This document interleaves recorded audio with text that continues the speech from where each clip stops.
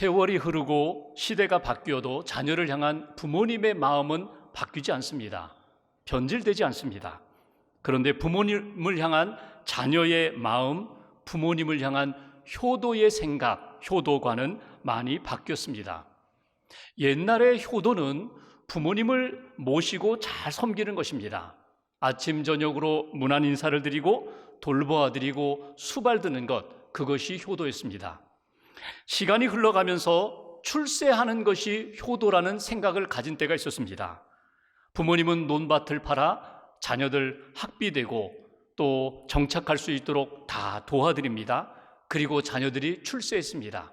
그런데 출세한 그 자녀가 부모님을 돌보지 않는 것입니다. 부모님 품으로 돌아오지 않는 것입니다. 시간이 조금 더 지나 출세한 자녀들이 이제는 부모님과 함께 할 생각을 아예 하지 않습니다.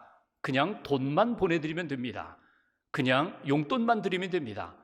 돈은 가지만 마음이 가지 않는 것입니다. 요즘은 효의 개념이 완전히 마비되었습니다. 자녀가 제때에 학교 다니고 직장 생활하고 제 나이에 시집 장가가고 그리고 사고 치지 않는 것이 효가 된 그런 시대를 우리가 살고 있습니다. 그럼에도 불구하고 지금도 울고 있는 많은 불효자들이 있습니다. 부모님을 모시지 못하고 있기 때문에 울고 부모님의 기대에 충족하지 못하여 출세하지 못했다고 생각해서 울고 부모님에게 좀 더 채워드려야 되는데 보태드려야 되는데 도와드려야 되는데 도와드리지 못해서 울고 부모에게 오히려 짐이 되고 부담이 되어서 그것이 마음 아파 울고 있는 불효자가 적지 않습니다. 여러분은 어떻습니까? 여러분은 부모님을 어떻게 생각하고 있습니까? 여러분은 부모님을 어떻게 공경하고 있습니까? 오늘 10계명 5번째 계명은 우리에게 내 부모를 공경하라고 그렇게 명령하시는 내용입니다. 오늘 이 10계명 부모를 공경하라는 이 계명을 오늘 우리의 삶에 어떻게 적용할 수 있을까? 하나님이 주시는 마음은 무엇일까? 오늘 12절 말씀 먼저 다시 한번 함께 봉독하겠습니다. 내 부모를 공경하라. 그리하면 내 하나님 여호와가 내게 준 땅에서 내 생명이 길리라. 아멘. 여기 보시면 네 번째 계명, 첫 번째부터 네 번째까지의 계명은 하나님과의 관계 속에서 하나님을 사랑하라는 그런 계명입니다. 그리고 오늘 주신 5번째부터 10번째까지의 6가지 계명은 이웃 사랑에 대한 사람, 인간 관계 속에서 인간 사랑에 대한 계명입니다. 인간 관계 속에서 나타나야 할 사랑 가운데 제일 으뜸은 제일 먼저 사랑해야 할 것은 내 부모를 공경하라는 사랑입니다. 여기 본문에 우리가 읽은 말씀처럼 너라는 말이 계속 반복되고 있습니다. 내 부모, 내 하나님 여호와, 내게 준 땅, 내 생명. 너와 하나님과의 관계, 너와 부모님과의 관계는 뗄래야 뗄 수 없는 관계라는 것입니다. 너의 아버지, 너의 어머니라는 것입니다. 너의 부모가 없이는 내가 이 땅에 존재할 수가 없다는 것을 기억하라. 그러면서 너의 부모 공경해야 된다 주시는 메시지입니다. 오늘 말씀을 우리가 이렇게 받아들이면서 첫 번째 이런 질문을 해봅니다. 왜 우리가 부모님을 공경해야 할까? 공경해야 하는 이유가 무엇일까? 여기에서 우리가 받아들여야 할 하나님의 마음이 있습니다. 우리는 부모님을 통해 생명을 얻었기 때문이라는 것입니다. 물론 생명의 주권자는 하나님이십니다. 그런데 이 땅에 우리가 태어날 때 부모님을 통하여 이 땅에 태어났다는 것입니다. 부모님을 통하여 생명을 얻었기 때문에, 받았기 때문에 마땅히 부모님을 공경해야 한다고. 이 부모님과의 관계는 모든 인간관계의 기초가 됩니다. 부모님과의 관계가 결국 내 인간관계 모든 영역에서 영향을 끼치게 되어 있습니다. 여러분, 이 땅 살아가면서 자식 없는 부모 있습니다. 그런데 부모 없는 자식은 없습니다. 부모님은 자식을 위해서라면 고생을 고생으로, 희생을 희생으로 여기지 않고 끝까지 사랑하고 희생하고 고생하시면서 나를 살리고 붙들어 주신 분이 부모님이십니다.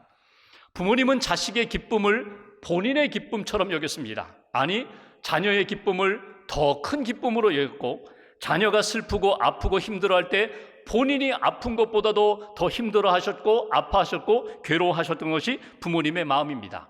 자녀들을 한없이 이해하려고 하셨고 또 자녀들이 어떤 잘못을 하더라도 끝까지 용서하고자 했던 것이 부모님의 마음과 사랑, 그 사랑을 우리가 받았다는 것입니다. 혹시 자식 중에 부모를 거역하는 자식이 있다 하더라도 부모님은 결코 버리지 않으십니다. 구약에 보면 다윗 왕이 여러 아들딸이 있었는데 그 중에 잘난 아들이 압살롬이라는 아들입니다. 외모도 출중하고 실력도 있습니다. 사람들의 마음을 사로잡는 그런 능력의 아들입니다. 근데 이 압살롬의 마음이 조금 이상해지면서 주변의 사람들이 충동하면서 아버지 다윗에게 반란을 일으키게 됩니다. 아버지를 죽이고 아버지를 없애고 자기가 왕이 되겠다는 것입니다. 이 소식을 듣고 다윗이 어떻게 합니까? 아들과 싸우지 않습니다. 아들과 싸우면 분명히 죽거나 죽이기나 해야 되는데 여러분 어떤 상황이 벌어질까요? 아들 손에 의해 죽임을 당하는 일, 그것도 아들에게는 부끄러운 역사예요. 그렇다고 아들이 반란 일으킨 그 아들을 아버지가 죽일 수도 없는 상황이에요. 그래서 도망을 갑니다. 시간이 흐르고 결국 압살롬은 죽음을 당하게 됩니다. 압살롬이 죽음을 당했다는 소식을 듣자 사무엘하 18장 33절에 보면 아버지 다윗이 통곡을 합니다. 내 아들 압살롬아, 내 아들 압살롬아, 차라리 내가 너를 대신하여 죽었더라면 더 좋을 뻔했다. 내가 차라리 죽는 편이 나을 뻔했다. 내 아들 압살롬아, 통곡하는 아버지 다윗의 그 통곡을 우리가 볼 수 있습니다. 이것이 부모의 마음이라는 것입니다. 한없이 용서하고 사랑하고 회복되기를 원하는 마음, 생명을 주었습니다. 사랑을 주었습니다. 사랑하고 용서하고 그리고 품어주는 아버지 어머니의 마음 가운데 우리가 지금 여기에 있다는 것입니다. 독일 격언에 한 아버지는 10아들을 길러도 10아들이 한 아버지를 봉양하기 어렵다는 격언이 있습니다. 독일의 문화만이 아니라 오늘 이 시대 우리들도 마찬가지입니다. 여러분, 부모는 10아들, 딸 다 감당할 수 있습니다. 사랑하고 섬기고 희생할 수 있습니다. 그런데 10아들, 딸이 한 아버지, 한 어머니 봉양하기 어렵다고 기피하는 시대 속에서 우리가 살고 있다는 것입니다. 자식이 잘났든지 못났든지 능력이 있든지 무능하든지 건강하든지 병약하든지 아버지 어머니는 끝까지 포기하지 않고 품고 사랑하고 지키는 것이 아버지 어머니의 마음입니다. 그 사랑에 우리가 빚을 졌다는 것입니다. 생명의 빚을 졌고 사랑과 은혜의 빚을 졌기 때문에 마땅히 내 부모를 공경해야 된다. 하나님이 부모님에게 권위를 주셨습니다. 너의 부모라는 것입니다. 내가 세운 부모라는 것입니다. 그러므로 내가 부모를 공경하는 것, 내가 하나님을 사랑하고 하나님을 믿는 것처럼 내가 허락한 내 부모를 공경하는 것, 이것이 마땅하다고 계명으로 주셨다. 이것이 오늘 우리에게 주시는 메시지입니다. 왜 우리가 부모님을 공경해야 할까? 그분으로부터 생명을 받았기에, 그분으로부터 사랑을 받았기에, 끝까지 품어주고 용서하시고 포기하지 않으신 부모님이기에 우리는 마땅히 부모님을 공경해야 된다. 그러면 두 번째로 이런 질문을 던집니다. 우리가 부모님을 어떻게 공경하면 될까요? 어떻게 공경하면 하나님 마음에 합한 자녀가 될 수 있을까요? 여기 공경이라는 말이 카베드라는 말인데 이건 무겁다라는 말입니다. 명사로 바꾸면 우리 몸에 있는 간장을 의미합니다. 히브리 사람들은 우리 몸에 있는 여러 내장 가운데, 특별히 기관 가운데 간이 가장 무겁다고 생각했습니다. 부모님을 대할 때 가볍게 여기지 말고 쉽게 대하지 말고 무겁게 여기라는 것입니다. 존중하라는 것입니다. 가치 있게 여겨라. 그리고 보석처럼 대하라. 이것이 부모님을 공경하는 것이라고. 성경에 보면은 부모님을 공경하는 방법이 여러 가지가 나옵니다. 특별히 지혜서인 잠언에 보면은 부모님 공경은 이렇게 하는 것이라는 말씀이 몇 군데 나오는데 그 중에 한 구절, 잠언 23장 25절에 보면은 이렇게 말씀합니다. 내 부모를 즐겁게 하며 너 낳은 어미를 기쁘게 하라. 부모님을 즐겁게 해드려라. 부모님을 기쁘게 해드려라. 부모님을 평안케 해드려라. 이것이 효도라고, 이것이 부모를 공경하는 것이라고 우리에게 말씀하고 있습니다. 두 번째, 부모님을 어떻게 공경할 수 있다고요? 우리에게 주시는 교훈이 있다면 우리는 부모님을 기쁘게 즐겁게 해드려야 한다는 것입니다. 평안하게 해드려야 한다는 것입니다. 조금 더 구체적으로 이야기해 볼까요? 부모님이 언제 즐거워하시던가요? 부모님이 언제 평안해 하시던가요? 부모님이 언제 기뻐하시던가요? 여러분, 부모님의 말씀에 귀를 기울이고 부모님의 말씀에 순종할 때 부모님이 기뻐하십니다. 여러분, 부모님의 말씀은 언제나 자식이 잘 되기 위하여 하시는 말씀이에요. 거기에 믿음도 담겨 있고 사랑도 담겨 있고 지혜도 담겨 있고 인생의 경륜도 담겨 있어요. 내가 살아보니 너도 이렇게 하면 좋겠다. 내가 살아보니 너는 이렇게 하지 않았으면 좋겠다. 내가 하나님을 믿고 하나님의 말씀대로 믿음으로 살아보니 하나님이 이렇게 나에게 은혜와 복을 주셨다. 그러니 너도 이 길을 걸어가라. 부모님의 말씀에 귀를 기울이고 부모님의 말씀을 따라 순종할 때 부모님이 너무너무 기뻐하신다는 거예요. 이것이 부모님을 공경하는 모습이라는 것입니다. 그러니까 부모님의 말씀을 잘 들어드림, 그것이 부모 공경이다. 또 하나는 부모님의 그 삶 전체, 그 모습 그대로를 받아들이라는 것입니다. 받아들임, 수용함. 부모님이 연로해지시면 옛날 같지 않아요. 판단과 그리고 생각과 삶이 예전 같지 않아요. 그러니까 자식이 자꾸 부모님에게 조언을 드립니다. 이렇게 하세요, 저렇게 하세요, 이거 하지 마세요, 저거 하지 마세요. 부탁도 드리기도 하고 설득하기도 합니다. 그런데 부모님이 바뀌시던가요? 부모님 바뀌지 않습니다. 지금까지 살아오신 그 삶의 패턴이, 습관과 지금까지 가지고 있었던 모든 삶이 쉽게 바뀌지 않아요. 그것 때문에 자녀들이 부모님에 대하여 원망하기도 하고 상처 입기도 하는데, 여러분, 부모님의 모습을 그대로 받아들이시라는 거예요. 부모님의 삶을 그대로 이해하시라는 거예요. 받아들임, 그것이 부모 공경이다. 또 하나는 부모님의 사랑과 은혜에 대하여 감사를 표현하는 것입니다. 말로 표현하고 마음과 감사의 그 마음을 담아서 선물로 표현하고, 때로는 경제적으로 채워드리고, 필요한 부분이 있다면 도와드리고, 여러분, 채워주심을 통하여, 채워드림을 통하여 부모님을 기쁘시게 할 수 있다. 또 하나, 부모님의 영혼이 구원받을 수 있도록 복음을 전하고 기도해드리고 예수 그리스도 믿고 하나님의 백성 구원의 확신을 가질 수 있도록 도와드리는 것. 여러분, 예수님 잘 믿는 부모님들이 가장 기뻐할 때가 언젠가요? 자녀들, 손주들이 하나님 잘 믿고 신앙생활 잘할 때 한없이 기뻐하시거든요. 만약에 우리가 자녀된 입장에서 부모님의 신앙을 따라가지 못하면 여러분, 부모님은 슬퍼하실 수밖에 없어요. 부모님의 신앙을 따라서 우리도 하나님을 잘 섬기고 믿음의 길을 걸어갈 때에 부모님은 너무너무 기뻐하시는 거예요. 가장 큰 선물을 받으시는 거예요. 여러분, 부모님이 아직 예수님을 믿지 않으신다면 여러분 권면하세요. 예수님 믿을 수 있도록 복음을 전하세요. 끝없이 기도해 드리세요. 예수님 믿고 구원받아 하나님의 백성으로 살아가시도록, 하나님 부르시는 날까지 이 땅에서 믿음의 길 잘 걸어가실 수 있도록 끊임없이 기도해 드림, 이것이 부모 공경이 된다는 것입니다. 한 가지만 더 보면 여러분, 부모님과 화해하셔야 돼요. 부모님과 회복되셔야 돼요. 사랑의 회복의 역사가 나타나셔야 돼요. 용서해 드리고, 때로는 내가 용서받을 일이 있다면 용서받으셔야 돼요. 많은 분들이 세상을 살아가면서 어렸을 때 부모님으로부터 받았던 상처들, 어려서 부모님이 말씀하시는 내용 중에 받았던 말로 받은 상처, 때로는 어떤 행동으로 인하여 받은 상처로 인하여 신음하는 분들이 많으세요. 근데 여러분, 하나님을 믿는 사람들은 하나님이 주신 은혜와 복음과 사랑 안에서 여러분, 원수까지도 우리가 축복하며 기도하며 사랑하는데, 나의 아버지 어머니를 사랑하며 용서하며 품어주는 역사가 우리의 삶 가운데 있을 때 진정 자유와 평안이 우리 심령 가운데 찾아온다는 것입니다.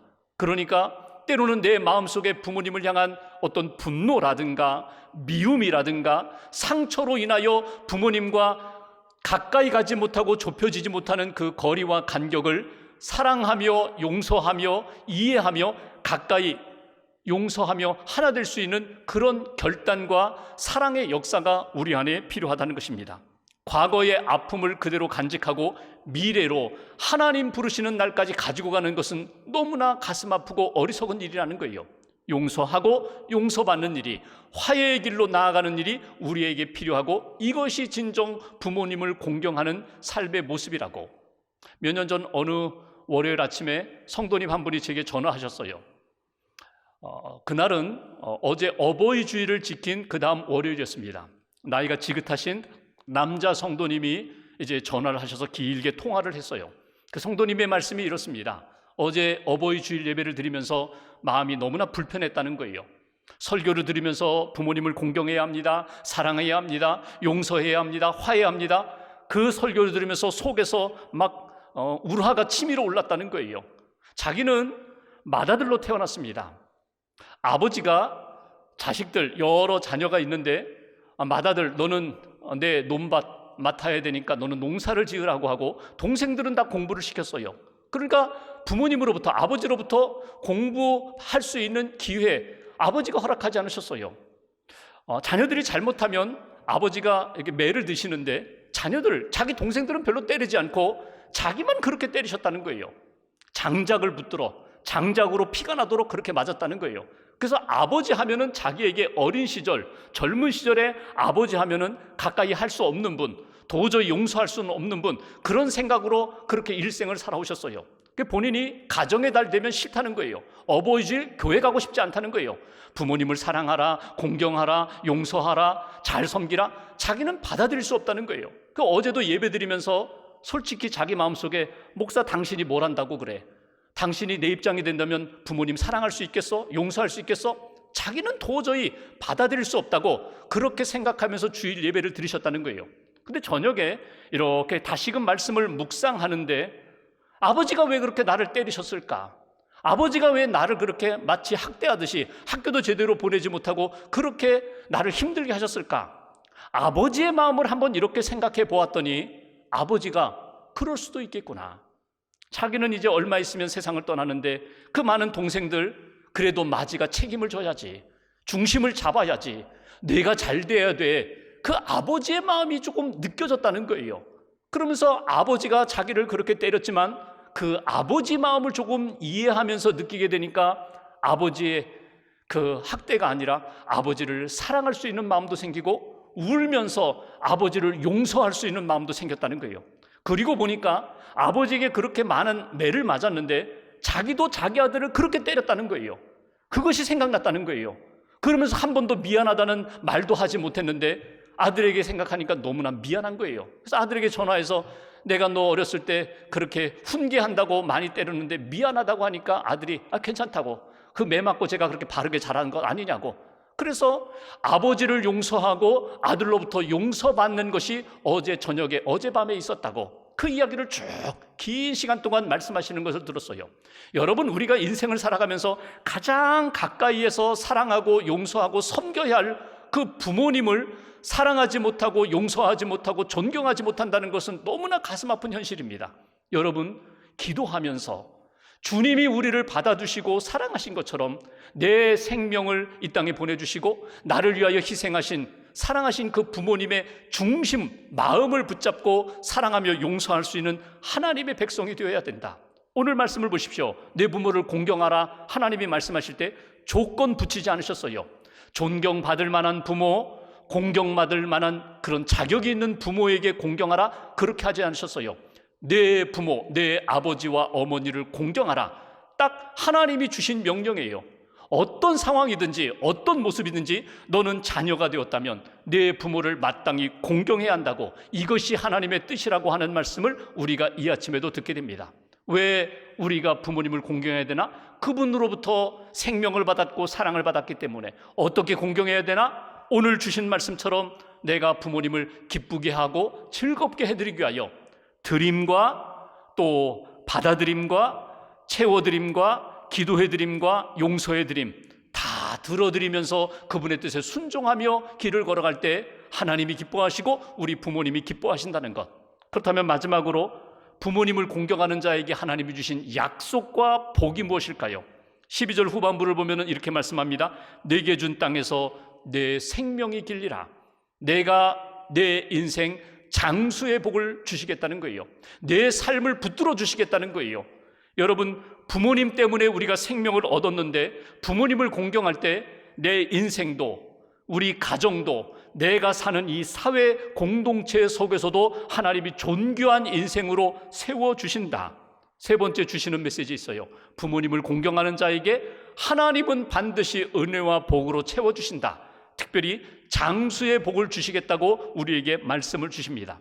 이 말씀을 사도 바울은 에베소서 6장에서 이렇게 해석을 하고 우리에게 교훈을 줍니다.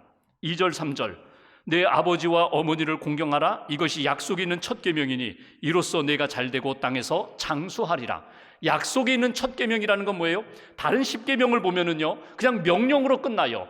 무엇 하지 말아라, 무엇 하라, 이것으로 끝나는데 여기 5번째 계명은요 하나님이 약속을 덧붙여 주셨다는 거예요. 살인하지 말라, 간음하지 말라, 도둑질하지 말라.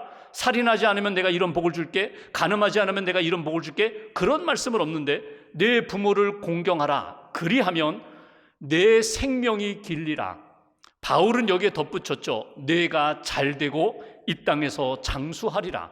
잘 된다는 게 뭐예요? 형통한 삶을 살게 해주신다는 거예요. 내가 만드는 형통이 아니라 하나님이 함께 하심으로 만들어주시는 형통의 복을 받게 되리라. 이 땅 무조건 오래 사는 것이 아니라 하나님이 기뻐하시는 인생으로 살도록 하나님이 함께 해주시리라, 동행해 주시리라. 이것이 하나님이 주시는 약속의 말씀입니다. 하나님을 공경하고 부모님을 공경하는 자에게 하나님이 이런 은혜를 주신다. 이 복을 받아서 하나님 앞에서 믿음의 행복한 인생을 살아가라고. 여러분, 이 말씀을 이렇게 묵상하면서 우리가 이 말씀을 거슬러 살 때가 있어요. 예를 들면 부모님 사랑하지 않고 공경하지 않으면서 잘 되기를 바라는 마음, 부모님의 마음을 아프게 하면서 근심시키면서 우리가 이 땅에서 성공하고자 하는 노력과 그런 삶, 부모님을 공경하지 않으면서도 하나님 앞에 하나님 형통케 해주세요, 복을 주세요, 잘되게 해주세요, 그렇게 기도하는 마음, 하나님이 받아들이지 않으신다는 거예요. 하나님 앞에서 하나님을 믿고 사랑하는 그런 인생이라면 부모님을 사랑하고 존중히 여기면서 부모님 뜻 잘 감당하면서 살아가는 그런 인생에 하나님이 은혜와 복을 주신다. 미국의 조지 워싱턴이 11살 때 아버지가 돌아가셨어요. 어머니 밑에서 양육을 받았고 이복형 그 도움을 받아서 살아왔거든요. 청년이 되어서 그가 해군에 입대하려고 합니다. 다 준비를 하고 짐을 싸서 이제 어머니에게 인사드리러 갔는데 어머니가 우시는 거예요. 가지 마라, 아들 가지 마라. 너 바다로 가는 거 나 싫다. 가까이에서 늘 너를 보고 살고 싶다. 멀리 가지 말았으면 좋겠다. 그 어머니의 만류에 이 아들이 짐을 풀었어요. 그리고 해군에 입대하지 않고 버지니아 민병대 육군에 그냥 입대를 했어요. 그리고 그 소식을 듣자 어머니가 아들을 부릅니다. 조지, 하나님께서 부모님을 공경하는 자에게 복을 주신다고 성경에 약속하셨는데 내 뜻을 따라 주어서 너무나 고맙다. 내가 너에게 해줄 것은 없지만 하나님이 부모를 공경하는 너에게 반드시 은혜를 베풀어 주실 거야. 너를 붙들어 주시고 내 인생을 형통케 하실 거야. 결국 조지 워싱턴이 그 버지니아 민병대에서 대령까지 오르게 됩니다. 그리고 나중에 지도력을 인정받아서 미국이 건국하면서 초대 대통령 자리에 오르게 됩니다. 내가 할 수 있는 능력으로 올라가는 것이 아니라 하나님의 뜻을 따라서 살아가는 인생 가운데 하나님이 붙들어 주시고 세워주시고 존귀한 인생으로 만들어 주신다는 것입니다. 부모 공경이 쉽지는 않습니다. 말로 되는 것이 아닙니다. 내 마음과 손과 발과 하나님을 두려워하며 하나님을 사랑하며 그 믿음의 길을 걸어갈 때 부모님의 마음을 기쁘게 해드리는 그런 믿음의 인생이 될 수 있다. 말씀 마무리하면서 나에게 생명을 주시고 나에게 희생과 사랑으로 돌보아 주신 부모님, 생명의 원천 되시는 부모님을 공경하는 것이 곧 하나님을 공경하는 것이라는 것을 우리는 잊지 말아야 됩니다. 그리고 우리의 남은 생애가 하나님 사랑하고 이웃 사랑하는 길에 부모님을 사랑하고 부모님을 공경함으로 우리에게 베풀어 주시는 하늘의 복과 이 땅에서 형통케 하시는 하나님의 손길 가운데 살아가는 그런 복된 인생, 행복한 삶 이어가시기를 주님의 이름으로 간절히 축원합니다.